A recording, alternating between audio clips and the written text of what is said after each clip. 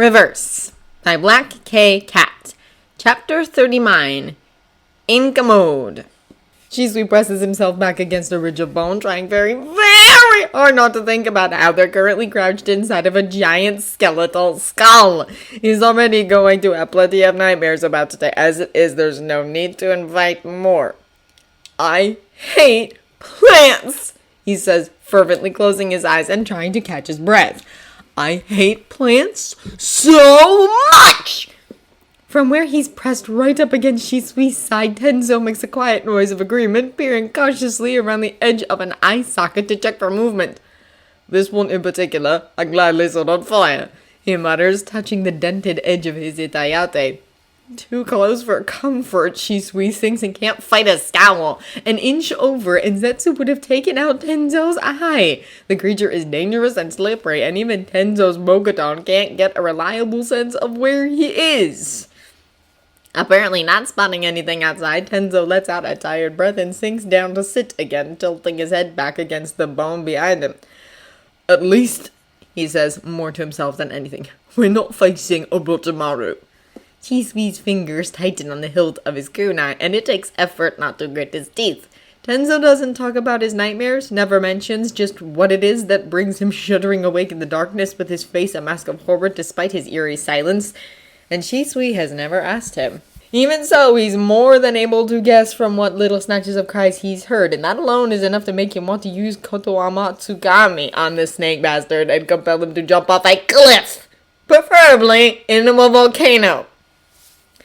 There's that, he agrees, lightening his tone until it's back to cheerful, with no hint of the thoughts beneath. Tenzo flicks him a sideways glance that says he isn't fooled, but that's fine. Shisui wasn't expecting him to be. He peers around the other boy, glancing out at the boneyard around them, but can't spot any sign of their opponent either. This guy is a plant, right? Something like that. Tenzo agrees, a little wary, as he studies Shisui.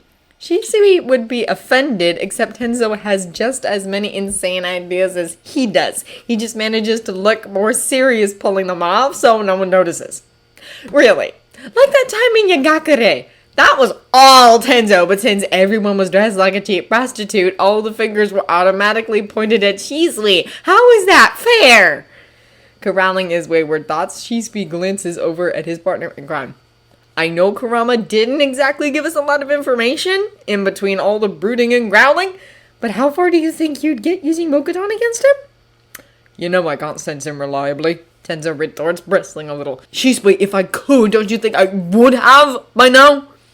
Really, the lack of faith in his brilliance is criminal. Shisui scoffs, grabbing the hand Tenzo is waving expressively and dragging it back down. Not to sense him, he corrects. But do you think you could pin him in place? Or even just slow him down for a second? He keeps sliding back into the ground every time I get close. But if you can buy me even a fraction of a second, I can hit him with something devastating. Tenzo's eyes widen and surprise shifts into determination. We'll have to draw him out, he says, which Shisui takes as confirmation that he can do it, or will at least give it a try. Like that will be hard, Shisui scoffs. All we have to do is stop hiding. Ready? Taking a breath, Tenzo nods. He brushes his long hair out of his face, closes his eyes for a moment, and then opens them and rises to his feet. One gloved hand is offered up, and Shisui takes it without hesitation, their armor-covered knuckles clicking together as Tenzo pulls him to his feet. If we die horribly, I'm blaming you, Tenzo says, sounding almost cheerful as he draws his tanto. Hey! Shisui complains. If you fail to control the sentient plant with your magic plant jutsu, I think you should be the one to take the blame, jerk. Tenzo's ghoul smile used to be scary. Shinzo wonders what it says about his sanity that is now mostly just an endearing quirk. Your plan? Your fault. Or my victory! Shisui retorts, gripping just a little tighter around Tenzo's long fingers before he lets go. When we win, I'm taking all the credit just for that! Tenzo opens his mouth to answer, but his eyes go wide, not needing any more of a hint than that. Shisui lunges forward, grabbing him around the waist, and activates a Shunshin. In a whirl of confusing motion, they're suddenly on top of the skull-spinning leaves around them, but Chisui can see vines stabbing upwards through the empty eye sockets like deadly hands and jumps again! The air blurs with speed, howling in his ears for a fraction of a moment before they touch down hard. Instantly, Tenzo leaps away, hands coming up in a familiar sign around his sword hilt, and Chisui spins in the opposite direction, fire already building as he shapes the necessary signs. Flames blaze blue, white, olive. Chisui's chakra shoved into them, and the smell of burning greenery fills the air. There's a snarl full of anger more than pain, and as the smoke sweeps away in the rising wind, Zetsu emerges, stalking forward. One hand is already turning to branches, the ends in dagger-sharp points, and Chisui has a flash of those stabbing deep. He takes a breath, drawing his own blade, and grabs a length of ninja wire with his other hand, just in case. There's no need to talk, no need to draw Zetsu's attention to what they're planning. Chisui takes another breath, feeds chakra into the wire, and lets his Sharingan spin back to life. Everything gains crystalline clarity, an edge of predictability that Chisui has never quite managed to adjust to, and he moves with all the speed he can gather. A blur around behind Zetsu, a sweeping sword stroke to drive him back, and in the same moment Chisui flings his other hand out, curling the wire. The weighted end arcs around, fire already sparking down its length, and the twist to it means not even Zetsu can dodge fast enough to escape it fully. He jerks back too slow, and in the same moment, Tenzo cries, "No!" Chisui doesn't hesitate. He lunges, shoving as much raw chakra as he can into his Danto, and doesn't let himself slow as he collides squarely with Zetsu. There's a tearing crunch, a sickening squelch, and with the bearer shoved backwards, the creature collapses. Chisui staggers back a step, grimacing, and tries not to look at the massive hole blown in the creature's torso. There's thick white ichor on his blade, gross and dripping, and he shakes it off as best he can. "Bind the body," Tenzo advises tiredly, stepping up to his side. His face is slightly pale, and Chisui can't help but wonder how much effort it took to hold Zetsu back even for a moment. "I don't think we should take any chances with what he can and can't do." "Good idea," Chisui agrees and concentrates for a split second. Fire sparks along the ninja wire, still holding Zetsu, and half a beat later, flesh catches. With a blue-white blaze, the flames spread, devouring the body quickly, and with a cry of alarm, Tenzo lunges, tackling Chisui out of the path of a massive sword that comes streaking down at his head! Long-honed instincts keep Chisui moving, and even as they roll and come upright again, he sweeps Tenzo off his feet and leaps back up on top of the vine-choked skull, the shunshin swirl of leaves dispersing around them as they land. With a low, rumbling chuckle, Hoshigaki Kisame wrenches his sword out of the ground and slings it up over one shoulder, grinning up at them through pointed teeth. "Well, now, looks like he underestimated you, didn't he? No worries, kids. I'm not about to make the same mistake." "Joy!" Chisui mutters, carefully releasing his hold on Tenzo. The other boy slides back to his feet, bracing himself on the curved bone with a bit of chakra, and spares just enough thought to send a withering glance at Chisui. "Oh, Princess Kari, I'm only an inch shorter than you." "I was in a hurry!" Chisui squawks, outraged. "I'm sorry that my automatic reflex offended your delicate sensibilities, Tenzo. Should I politely ask the mass-murdering terrorist if we can go back down and try that again?" Tenzo sniffs, pointedly looking away. "Just don't let it happen again. I'm your senior, both in age and ranking. You keep forgetting that, and you shouldn't." Kasame laughs at them. Of course he does. "Come on, kids," he mocks. "I won't bite, unless you like that kind of thing." Chisui wrinkles his nose. "I wouldn't go for Zabuza, so I definitely wouldn't go for you!" he retorts. "My sexual preference is not fish!" "That's hurtful," Kisame protests, looking wounded. "I can't help the way I look." "Shisui," Tenzo hisses, kicking him in the ankle. "You're here to beat him, not sleep with him. Let's go!" Going! Chisui defends, leaping lightly off their perch and dropping down to face the former Kirin and his chakra-eating sword. Chisui isn't exactly weak where taijutsu or kenjutsu are concerned, and his pain tolerance is impressive even among career Anbu. But he's a little doubtful about his ability to hit Kisame hard enough and enough times to actually do much damage. Of course, that turns out to only be half their problem, because just as his feet hit the ground, Zetsu groans and sits up, the hole in his body filling with that same white ichor. It hardens into flesh or something like it, and the creature pushes to his feet, turning to give Tenzo a wide-mouthed grin. Don't think you're going to get away with that again, kid, he threatens. I've got your measure now. With a muttered curse, Tenzo leaps down, landing in a crouch next to Shisui. Rope, paper, scissors, he suggests, wearily wry, as he pushes upright again. And the winner gets who exactly? Shisui wants to know, because our choices are sentient plant monster and walking shark. I don't know about you, but I'm not excited for either one of those. Point. Tenzo concedes, hands coming together in a seal again. Try it out my way and trade if we have to.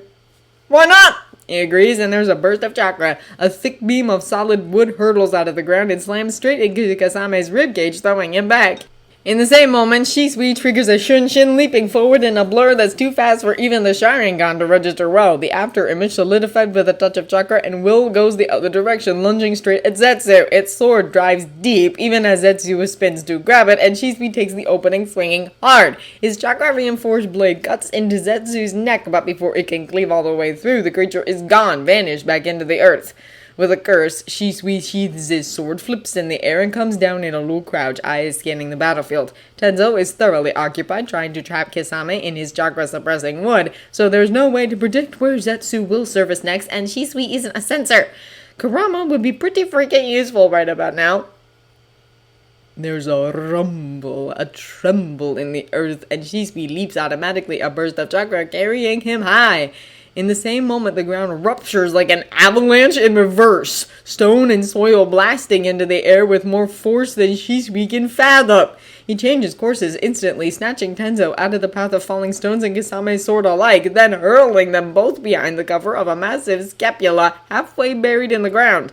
As soon as they're steady, Shisui throws himself over Tenzo's upper body, trying to shield his head and neck from anything that might get through as things crash and tumble around them.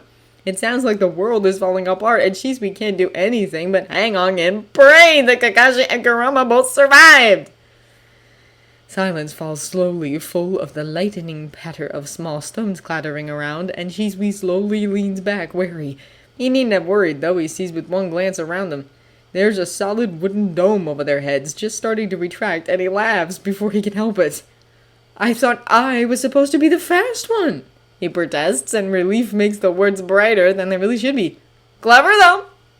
Thanks. Tenzo gives him a smile as Shisui pulls him to his feet, straightening his face guard as he looks around through the choking dust.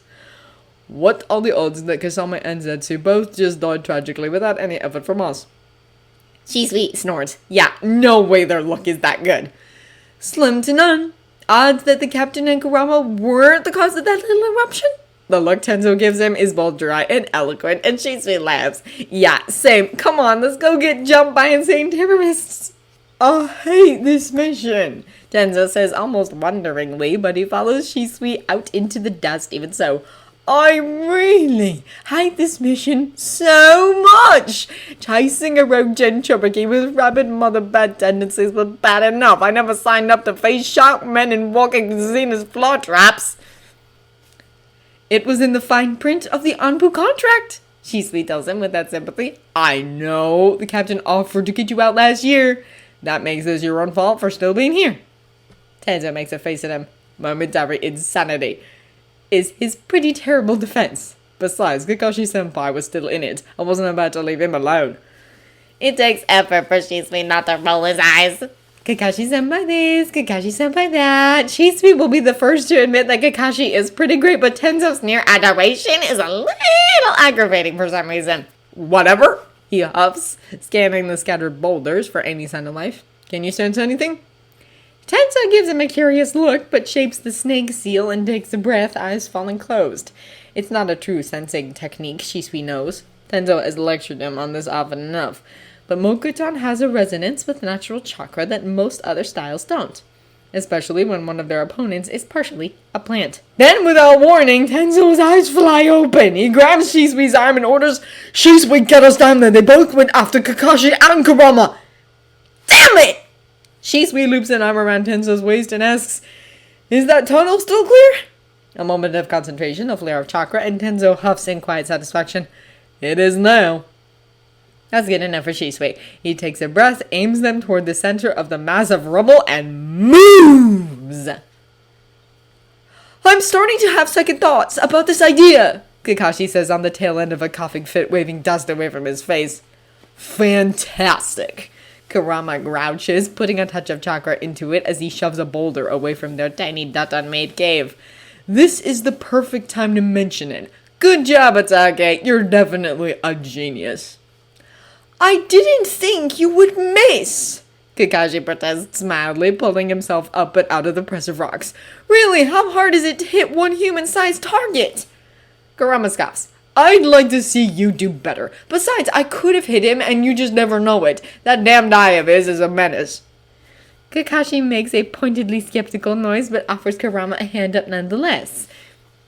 With a glare, Kurama ignores it, jumping up onto the rocks by himself. They shift dangerously under his feet for a moment before they steady, and he breathes out noiselessly in relief. Exploiting Obito's past trauma or not, he really doesn't want to end up buried in a damn cave. Especially one that reeks of Uchiha.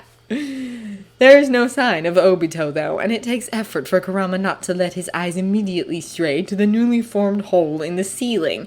They need at least one more glimpse of Obito to sell the act the way Kurama wants to, though if he doesn't turn up within the next minute or two, Kurama's going to take what he can get. Anything? Kakashi asks him quietly, uncovered Sharingan scanning the cave around them for any sign of rippling air. Kurama thinks about protesting. Again, that he isn't a radio or something, but gives it up with a roll of his eyes. If he's learned anything by now, it's that Kakashi's stubbornness can't be compared to anyone else's but Naruto.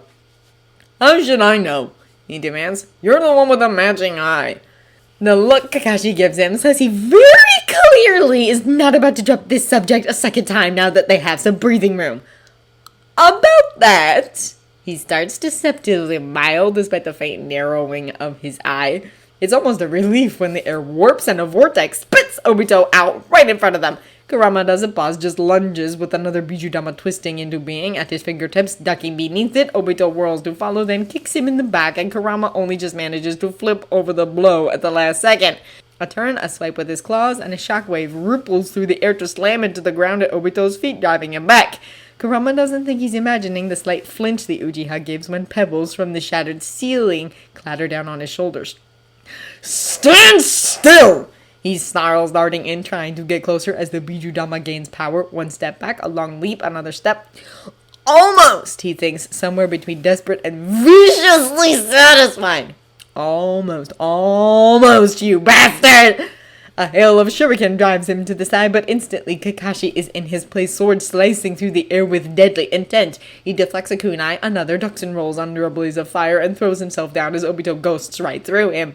Not about to let up on their advantage, Kurama rises to counter, checks briefly to be sure that Kakashi is far enough away, and slams the Bijudama in his hand upward with all the force he can muster.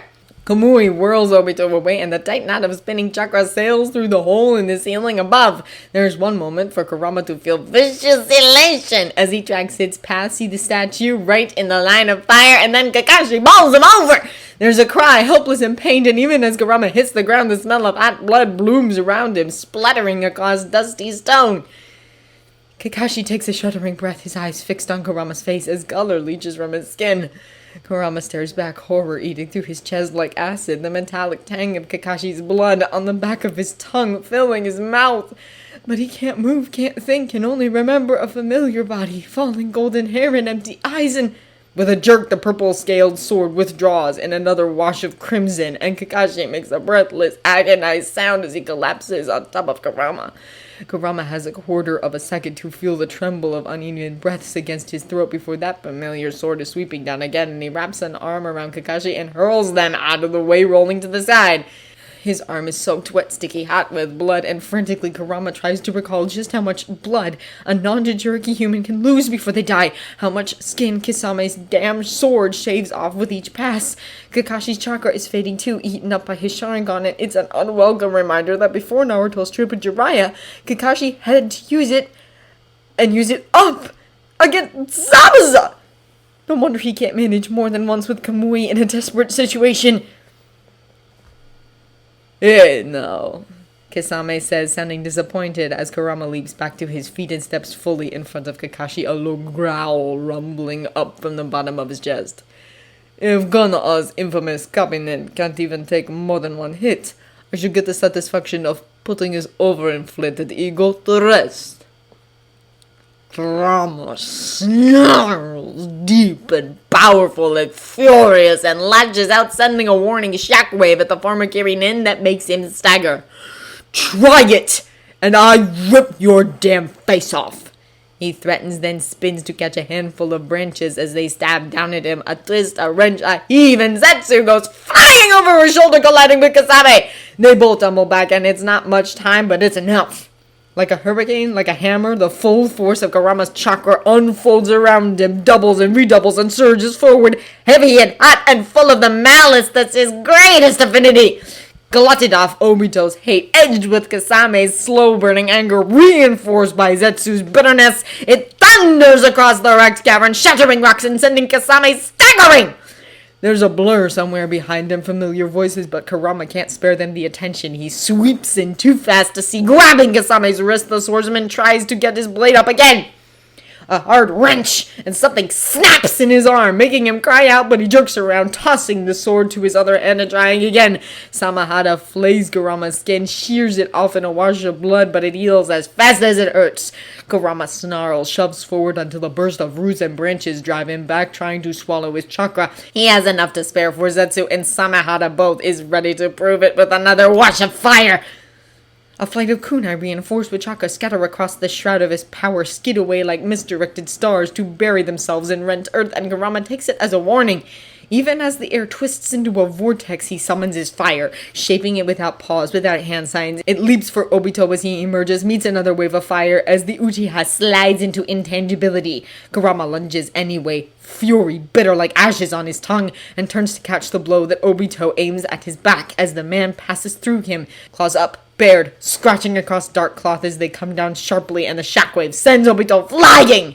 He slams into the cave wall, and maybe it's the furthest thing from smart, but Kurama slams a Bijudama into the ceiling directly above his head. Everything shakes, trembles, and there's a sudden surge of something that rests on Kurama's senses like the very edge of debilitating terror as the rocks start to fall. No time to waste. Kurama leaps for Kakashi, snatching him up in his arms as best he can, careful of his back as he leaps with all the force of his chakra. Clearing the edge of the gaping hole in the ceiling is simple, and he shifts his grip on the slack copping in as best he can, hanging onto him with one hand as another Bijudama whirls to life in the other. Kurama! Green chakra shimmers, blurs, steadies, and Shisui throws himself in the way of another burst of dagger-pointed branches, Tanto slashing down with a wave of fire. From beside him, Tenzo dives forward, his own Mogoton rising in answer to meet Zetsu's, and the echo of them colliding is almost enough to drown out Shisui's voice when he shouts, "Go!" Kurama couldn't ask for a better opening. He spins, hurling the Bijudama at the already cracked and cratered statue with all the force he can put behind it, and a wordless guttural bellow of pure fury accompanies the sound of shattering stone.